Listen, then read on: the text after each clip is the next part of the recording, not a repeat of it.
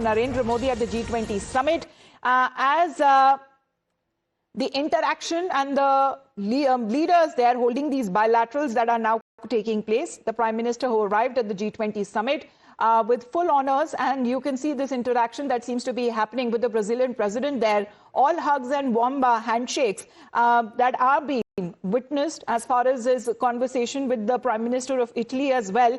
But this has been the host, which is South Africa, and the meeting that also happened with Cyril Ramaphosa, the South African president. And what is being said that there has been at least 3 of these summits that the Prime Minister is speaking, and solidarity, equality and sustainability. And as far as India's leadership role for the global south is concerned, the significance that has been attached to African Union's recent inclusion in G20, that was a move that was championed by India. Remember that the time when India hosted the G20 Summit.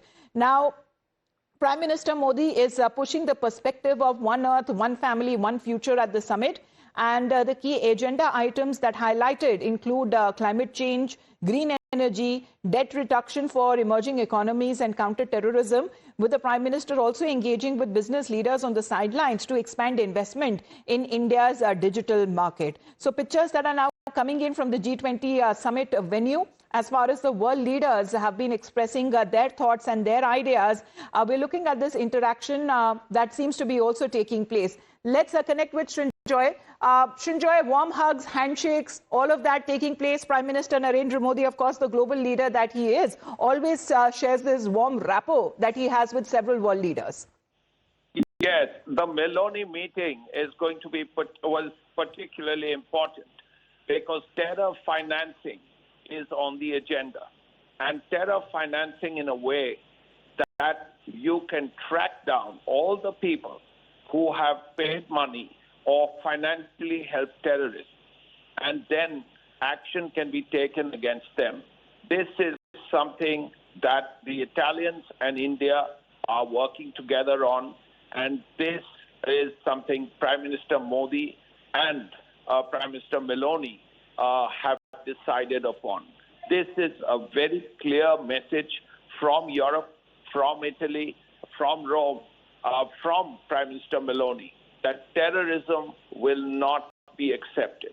And importantly, it must be said that these decisions to curb terror financing will help India to fight cross-border terrorism.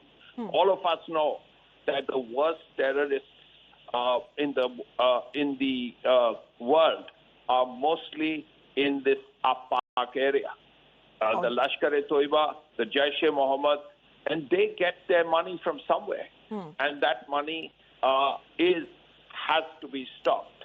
And this move by Italy and India to stop terror financing is a very positive step. As far as Brazil is concerned, both of us are on the same boat, 50% tariff, let's not forget. And the other thing is closer cooperation economically, closer cooperation to fight climate change. COP30 is a major issue, and Prime Minister, with his interest in solar energy, his interest in wind energy, will help to do that. Well, quite visible there, as you said, as far as the bonhomie is concerned, Prime Minister Modi and Prime Minister Meloni, their visible leadership that is coming in from the world leaders there of Brazil and also of South Africa.